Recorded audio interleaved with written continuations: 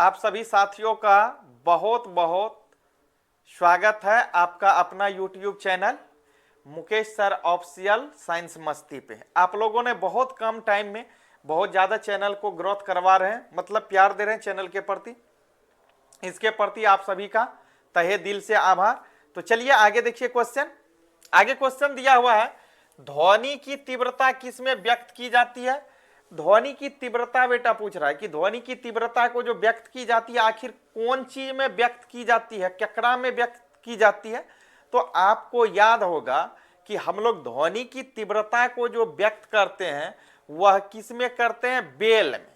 Confirm हो गए, ध्वनि की तीव्रता को किस में व्यक्त करते हैं, बेल में। याद रखना है BEL, बेल। बेल में क्या चीज व्यक्त करते हैं, ध्वनि की तीव्रता को। ध्वनि की तीव्रता को किस में व्यक्त करेंगे, बेल में व्यक्त करेंगे। बातें समझ में आ गई। ये भी क्वेश्चन कई बार पूछा गया है बच्चों कि एक बेल बराबर कितना होता है। तो आपको याद रखना है कि एक बेल बराबर जो होता है वह कितना होता है, 10 डेसिबल होता है। कितना होता है, 10 डेसिबल। तो याद रखना है एक बेल बराबर 10 डीबी। डीबी का मतलब हुआ बेटा डेसिबल। डीबी क्या हो गया, डेसिबल। तो याद हो गया एक बेल बराबर कितना डेसिबल, एक बेल बराबर 10 डेसिबल। चलिए आगे देखिए क्वेश्चन।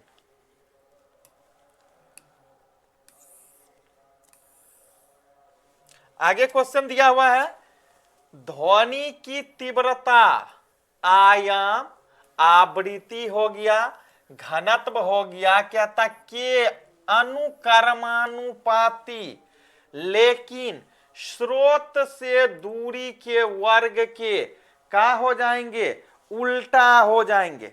मतलब व्युत्क्रमानुपाती होते हैं, मतलब उल्टा होते हैं। यहां अनुक्रमानुपाती है तो स्वाभाविक सी बात है यहां क्या हो जाएगा, व्युत्क्रमानुपाती हो जाएगा। चलिए आगे देखिए। आगे क्वेश्चन दिया हुआ है, मनुष्य की अधिकतम श्रव्यता सीमा कितनी है। मतलब मनुष्य जो ध्वनि को सुन सकती है वह कहां से कहां तक की ध्वनि को मनुष्य सुन सकता है बेटा। कितने परिसर से लेके कितने परिसर तक, कितना से कितना तक मनुष्य सुन सकता है, कितना डेसिबल की आवाज को मनुष्य सुन सकता है। तो ये कहता है मनुष्य की क्या चीज, याद रखना है मनुष्य की अधिकतम श्रव्यता सीमा कितनी होनी चाहिए। तो 95 डीबी से लेकर के याद रखना है, कहा कितना होना चाहिए, 95 डीबी। मतलब 95 डेसिबल तो होना ही चाहिए सामान्य तौर पर। और सामान्य बातचीत के लिए जो होनी चाहिए वह 30 से लेके 40 डीबी तक होना चाहिए। याद रखना है कि मनुष्य की अधिकतम श्रव्यता सीमा जो है, मनुष्य अधिकतम कितने डेसिबल की ध्वनि को सुन सकता है। तो याद रखना है 95 डीबी तक, मतलब डेसिबल तक। कितना डेसिबल तक, 95 डेसिबल तक। उसके बाद देखिए, अब सामान्य बातचीत की बात हो, बातचीत के दौरान कहां से कहां तक सुन सकता है। तो आपको याद रखना है 30 से लेकर के 40 डीबी तक। मतलब 30 डीबी से लेकर के कहां तक, 40 डीबी, मतलब डेसिबल। 30 डेसिबल से लेकर के 40 डेसिबल याद रखना। चलिए आगे देखिए। आगे क्वेश्चन क्या कह रहा है, अब आगे क्वेश्चन है, ध्वनि की प्रबलता किस पर निर्भर करती है। ध्वनि की प्रबलता की बात हो रही है, तो ध्वनि की प्रबलता किनके ऊपर निर्भर करता है, यह ध्वनि की प्रबलता किनके ऊपर निर्भर करती है, यह किस पर डिपेंड करती है। तो आपको बताएं कि व्यक्ति की कान की सुग्राही पर न डिपेंड करेगा। तो करेक्ट आंसर क्या हो जाएगा, व्यक्ति की कान की सुग्राही पर। यहां से यहां तक आपका आंसर हुआ। चलिए आपका डाउट क्लियर।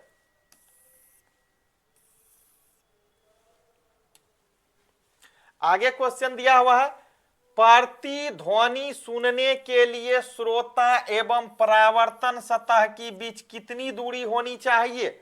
याद रखना है, बहुत अच्छा क्वेश्चन है, कई बार पूछा।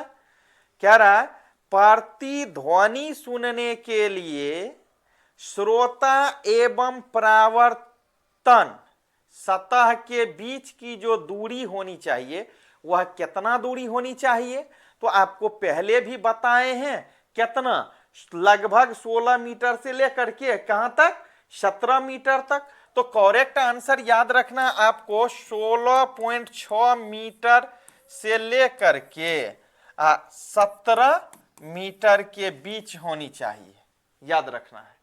चलिए ये भी क्लियर। आगे देखिए, आगे दिया हुआ कान पर ध्वनि का प्रभाव कितना देर तक रहता है, मतलब इस कान पर ध्वनि का प्रभाव कितना देर तक रहता है, कितने समय तक के लिए इस कनवा पे रहता है, तो आपको याद रखना है 1/10 सेकेंड तक।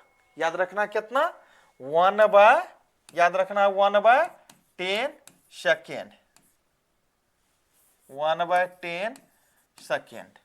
चलिए, और जिससे श्रुति निर्बद्ध करते हैं यह कहते हैं। चलिए आगे देख, अगला क्वेश्चन है ध्वनि दिन की अपेक्षा रात में अधिक सुनाई क्यों पड़ती है।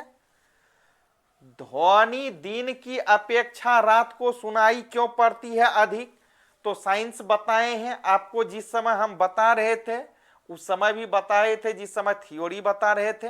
तो याद रखना है ध्वनि दिन की अपेक्षा रात में अधिक क्यों सुनाई पड़ती है।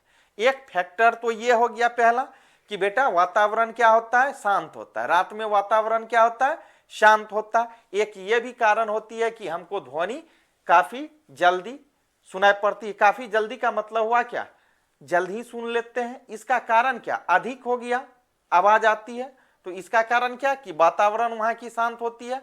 और आपका जो करेक्ट आंसर होगा वह क्या हो जाएगा, ध्वनि के परावर्तन के कारण ऐसा होता। तो याद रखना है करेक्ट आंसर क्या हो जाएगा, ध्वनि के परावर्तन के कारण। ध्वनि के परावर्तन के कारण ही रात को हमें अधिक आवाज सुनाई पड़ती है। चलिए आगे देखिए,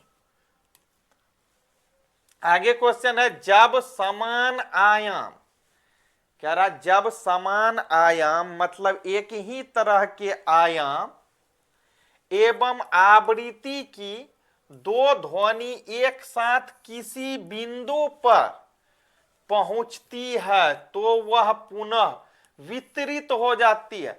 वितरित का मतलब विभाजित हो जाती है, अलग अलग हो जाती है। इस परिघटना को क्या कहते हैं, या इस परिघटना को क्या कहा जाएगा, तो याद रखना है क्या कहा जाएगा, ध्वनि की व्यतिकरण कहा जाएगा। क्या कहा जाएगा, ध्वनि का व्यतिकरण। करेक्ट आंसर ध्वनि का व्यतिकरण।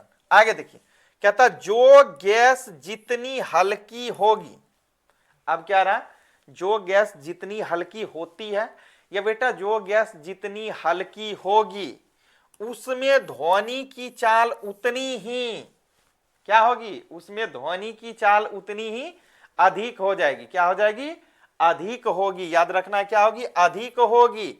ऑक्सीजन की अपेक्षा हाइड्रोजन में अधिक होती है, यह भी याद रखना। NB कर देते हैं नोट डाउन, ध्यान दे, ये याद रखें। चलिए आगे देखिए, अब क्या होता है मिसाइल की ध्वनि की तीव्रता कितनी होती है, मतलब मिसाइल जो होता है उस मिसाइल की ध्वनि की क्या चीज, मिसाइल की ध्वनि की तीव्रता कितनी होती है। तो याद रखना है कि मिसाइल की ध्वनि की तीव्रता जो होती है, कई बार पूछा गया, याद रखना है मिसाइल की ध्वनि की जो तीव्रता होती है बेटा वह 180 से लेकर के 190 dB के बीच होता है, मतलब डेसिबल। बात कर ले मिसाइल की ध्वनि की तीव्रता कहां से कहां तक, तो देखिए 180 याद रखना, 180 dB से लेकर के 190 dB होगा। समझ रहे हैं ना, डेसिबल। डीबी क्या है बेटा, डेसिबल है, बार बार हम फोकस कर रहे हैं। चलिए आगे देखिए,